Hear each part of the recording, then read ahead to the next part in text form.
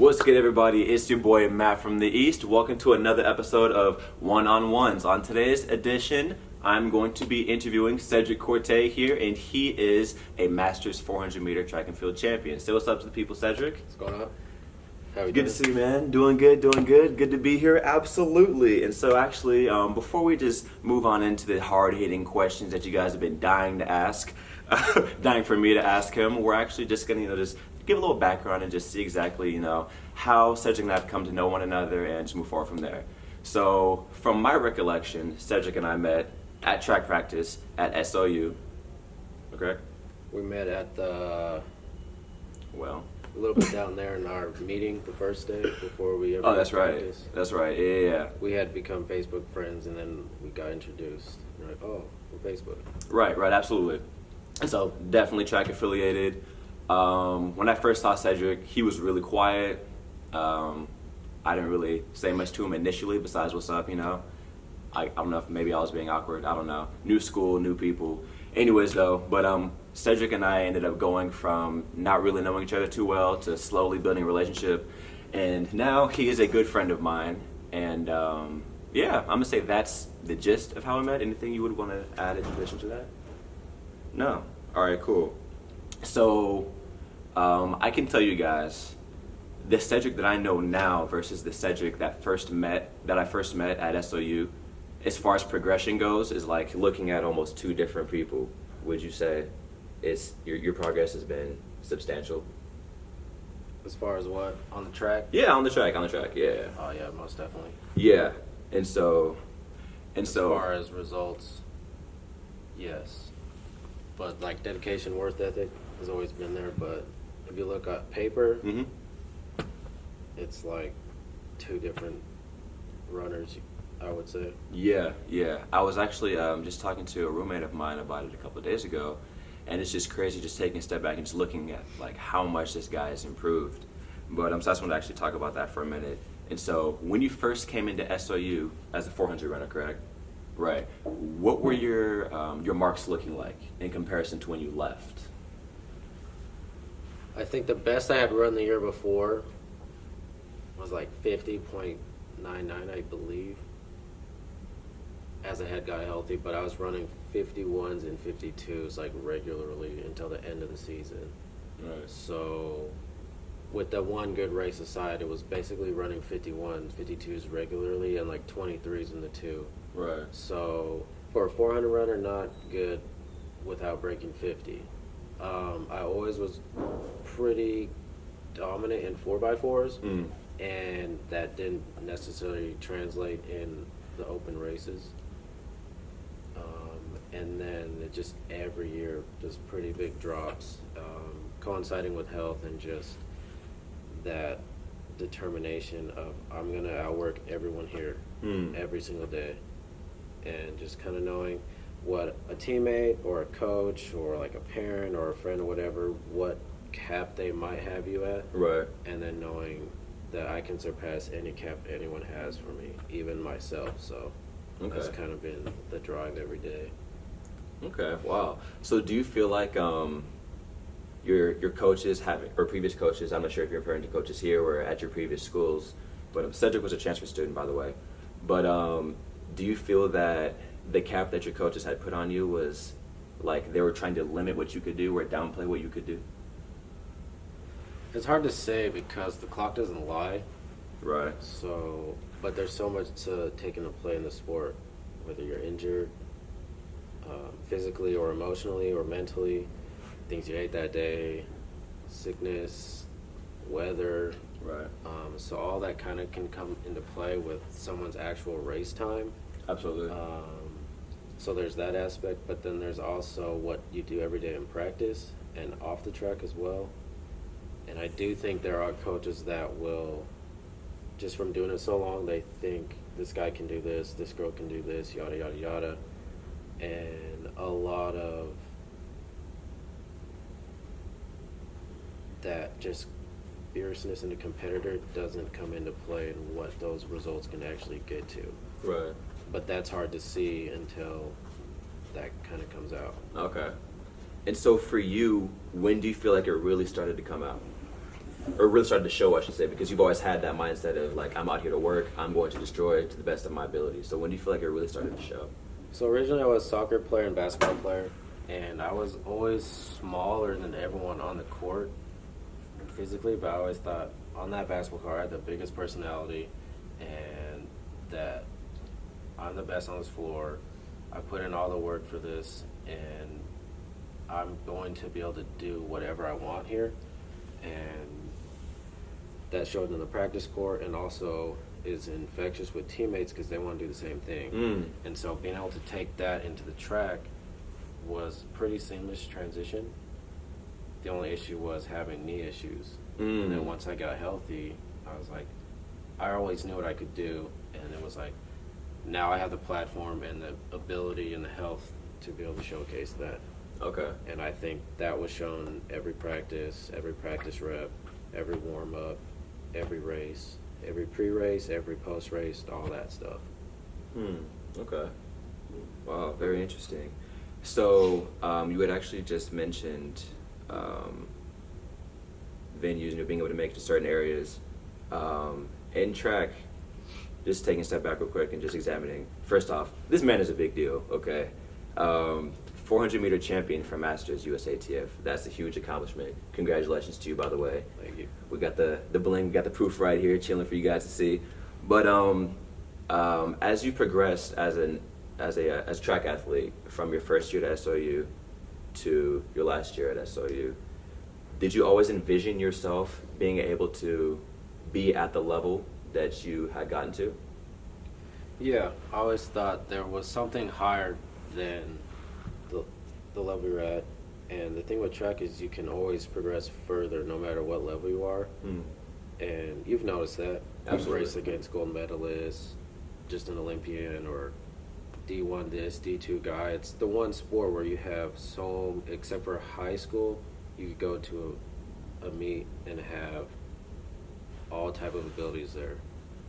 Whether it's someone who's just starting, someone just doing it for fun, someone who never loses, someone who you'll see on the Olympic stage, and that could be in one race. So you really have opportunities to prove yourself against the best on any given day, and that's just something you don't get in any other sport. That's very pretty true. dope. Yeah. I can definitely give an amen on that. That's one of the things I love about the sport. Even outside of just other people, regardless of who you're racing, like you always have an opportunity to push yourself past who you were yesterday, where you were yesterday. And in reference to the venues and the other athletes, there's always those opportunities to be able to compete against those people, to compete at those venues that have a big name for producing fast times, which I think is so dope. But I actually wanted to talk to you a little about that. So making it to that track meet, being on the biggest platform of your track career, arguably, because you also went to nationals in college. Would you say you approached that meet any differently? Like, were you nervous at all? Did you feel any differently about it, or did you just handle it just as a regular? Well, this guy knows I've never shown any types of nerves for any competition ever. Not really super emotional outputting as far as appearance. I never really felt any nerves in any of the meets we had because we practice every day, and practices are intense.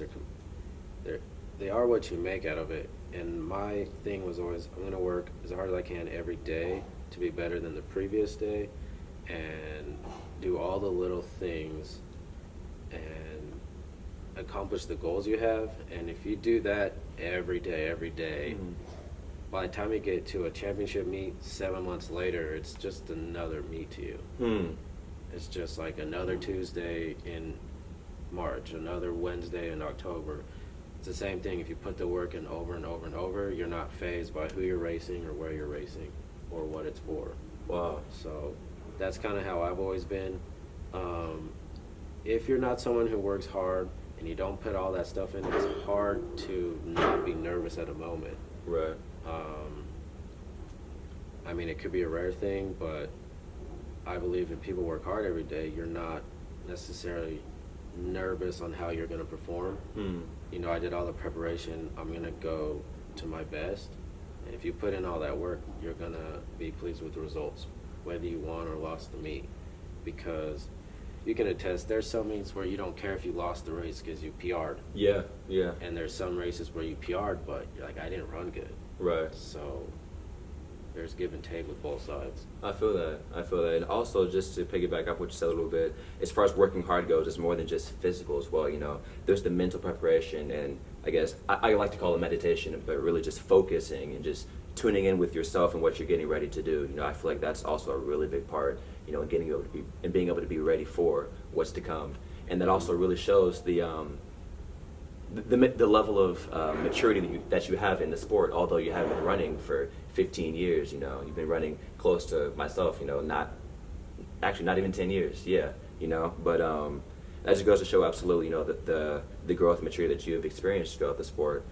I know for me, not as often as I used to, but I still do very much get nervous for certain races, and it only happens when I really start to doubt my mental strength. You know, I start to really just think about other people, or like, oh shoot, what if I make this mistake again on the curve and I run too, you know, like that stuff happens sometimes. But it's dope to be able to see yourself and other people that you care about get to the point where they realize like that stuff was not going to help me.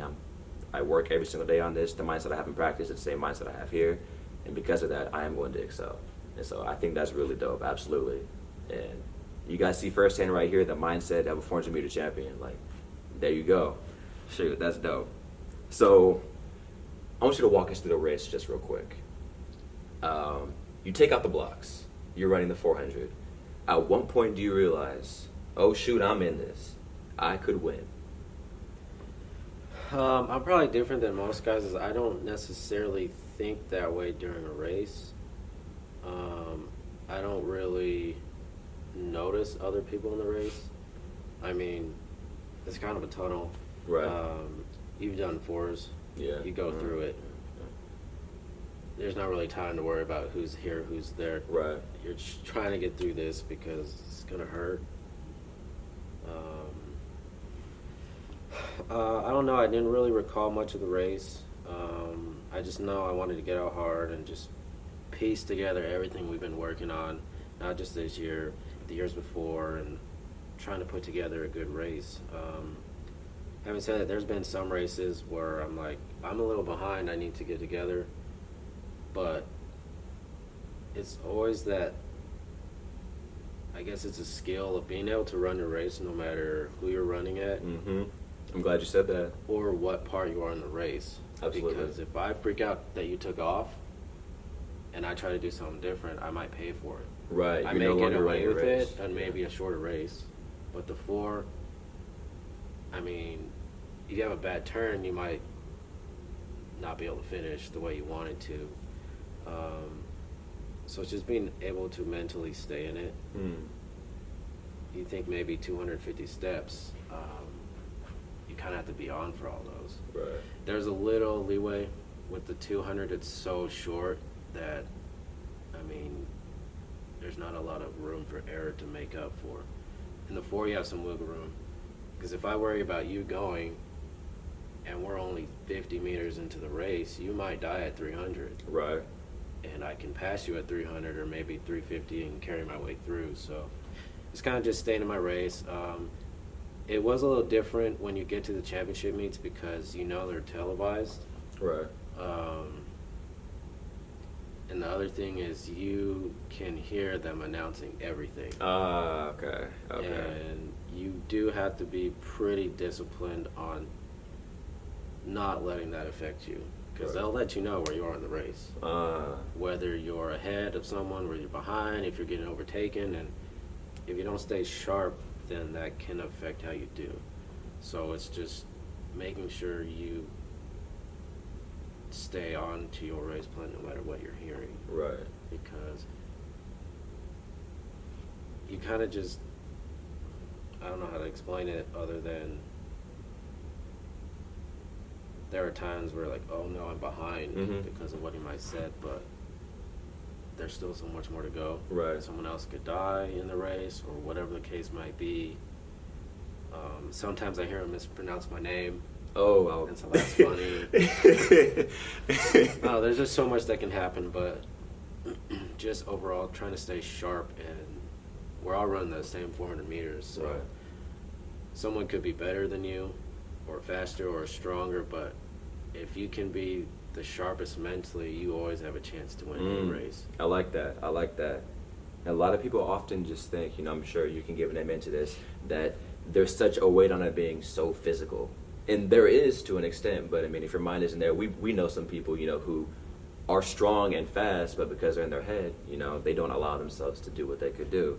And so that's spot on, like at these bigger track meets, there will be announcers, there will be people yelling your name, there'll be all this type of stuff that could easily distract you, but you just have to really just tune in and focus. Yeah. And you see it with the more accomplished people, as they are announcing people, it's like, this guy's won this, he's won that, he's won this, and then it might get to you, and it's just your name. Right. And stuff like that could defeat someone right away. Yeah. But the flip side is, it could blow the other person's head up that they think they're going to win, and someone goes up and steps up, and they just pulled off a great race. Yeah. So there's a whole lot that could happen before the gun even goes off. So. Absolutely. I can, I don't know if that happened to you at the track meet, but that's absolutely happened to me at a couple. I raced against an Olympian in the 100 last season, either last season or 2 seasons ago. This last season, yeah. And he was at the Rio Olympics, and they had literally like a 3-minute intro for this guy. And they were like, and in lane 3, Matthew East. And I was like, what's up, guys? Yeah. You want to say anything else? But in the stands, you could see a lot of people like, I'm going to lose. Yeah. And he could have had a bad race, and someone could have beat him. Yeah. I mean, he ended up winning the race. You still ran good. The guy who took second ran good. But you could see other people just kind of like, I'm not an Olympian. Yeah. How do I have a chance? Exactly. So that mental strength, man, it's real. Any given race, anyone can win. Yeah. At any given day, that's one thing I love about track. At any given moment, anybody can pull through. Like, regardless if on paper somebody's faster than me or not. Mentally, if I'm there and I'm in tune with my body, like, I have a chance just as much as they do. Mm-hmm. Yeah. So that's dope. So last question for the interview. Just taking a step back and, evaluating everything that you've accomplished. You've made some significant strides in the sport. I know we've had some conversations about, whether it's people sleeping on you or you just making these huge jumps, as I said before, and not even being in the sport for so long, but having done so much already. What advice would Cedric of today give Cedric from 4 or 5 years ago? Or even to other athletes who have experienced similar struggles or just similar things as you? Well, the beautiful thing about track is I can't run for you. So I could, in any other sport, if I'm having an off day on the court, I got 4 other people on the court to kind of uplift me or take over my bad performance, or on soccer or football or whatever the case might be. Right. So, but with track, you really just have to stay on it, and it's the one sport I think of everything where if you don't actually love what you're doing, it's like the worst sport to do. It will start to become not a sport to you anymore, and it becomes more of an activity. You're just running, and you don't like it. As far as advice, I would tell myself to not let go of the goals you say you want to accomplish, and that anything someone might tell you otherwise, it doesn't matter, because they're not in that 3-foot lane with me. Right. It's your vision for a reason, not theirs, right? Yeah. So I had the ability and the blessings to be able to go to the meet and be able to run. Right. And anyone that's telling me otherwise that doesn't get to do that, just in and out. Right. I don't care. I like that. Because I'm 31 now, and I'm racing against guys that are 18 up to my age, and I'm sure they have someone telling them they can't do. But it's like, look around at the people you get to race against and seeing that this guy's 31 and you're 18, and if he can do that, what's stopping you from being able to accomplish it? So that's the type of advice I give myself, is not caring what anyone thinks about your ability because they don't get to run for you. Right. I like that.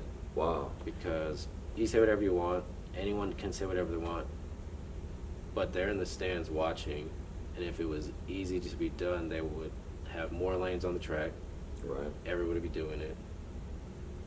And you just have to have that belief, because I know you didn't do all this work every day for years to be afraid because someone thinks you can only run XX time. Right. We've talked before. You see a big difference in the success and personal success people have when they have a reason for what they're doing besides, I want to run this time, or I want to win this, I want to win that. To me, your success isn't done by that, and it's how much effort you put in to achieving what you want to achieve over everything. Mm. So throughout track, I feel like I've been able to do that. We were able to win conference championships together, Oh, we did that. relays together, We did that. All-Americans together, You know what it is. and we wouldn't be able to do that if we didn't have those inner motivations of being able to do that regardless of whoever thought we might not, Right. or whoever thought maybe we can do this. We always fought to do beyond that. Yeah. And when we say it was a fight, it was a fight. Every single meet, we were PRing. But at the same time, there were people talking about Southern Oregon's 4x4 isn't this, or they can't do this because of previous teams, not realizing, the substantial strides that we were making every single week, and just as Cedric was saying, just by staying focused and doing our job and just trusting one another, we absolutely made it to the top. And that was such a dope thing. But you're absolutely right. Absolutely right. We did that. Yeah, I guess the other thing I would tell myself is don't lose that dog in you. Explain that. What do you mean? It's just that The drive? drive of, Okay. I'm going to outwork everyone every day, Hmm. everyone on the track. Every 4x4, it was, I'm going to outwork whoever has the stick in front of me and behind me. And you have a team counting on you. I was anchor. So if I don't let that dog come out, everything you did that first leg, so what? Right. Everything Cam did, everything Gary did, what was the point of it if I don't uphold my end? And so that was always something that you feel every stride, and that just kind of helps fuel you. So Absolutely. Real quick, I also do want to say, when he says you got to have that dog in you, got to be hungry for what you're going for, you have to put 110% effort into everything that you're doing on the track. It sounds good, but this is the one person I can say without a doubt in my mind that actually lives that. When we're running the 4x4, every single meet we would go to, whether it's at a huge school, running against the fastest guys in D1, or at a smaller track meet, one thing I would always hear from opposing teams is like, shoot, here comes Southern Oregon's anchor leg again. Like, this dude, we heard about this dude, and people be whispering and talking. It's like, oh, shoot, watch out for this guy, because dead serious. You could see the passion and the determination in this guy's eyes every single time he got the baton. And that's one of the things I respect most about Cedric, is regardless of the position that we're in, regardless of how hard it's going to be, regardless of how much work has to be done, he's always willing to put that work in to get the job done. And so that's one thing that's dope. And I know to this day, a lot of my friends who ran track at the D1 level, they respect that about you. Even if they don't know you, we still talk about it. They're like, remember your ankle leg from a whoop-de-whoop year? Like, man, that guy was. And we're like, I know. But that's something that people remember, absolutely. And so if you guys take one thing from this interview, keep that dog in you. Regardless of how hard it is, regardless of how much work you have to do, it's not what you say, it's how you do what you're talking about. And this guy lives it. Anything else you'd like to add to that? no, you sounded pretty good there. I was like, well, I like where we're at right there. Well, with that being said, that's all we have for you guys today. Thank you for tuning in to episode 3 of One-on-Ones with a Masters Champion. I'm your host, Matt from the East. Cedric. And thank you for joining us. Peace.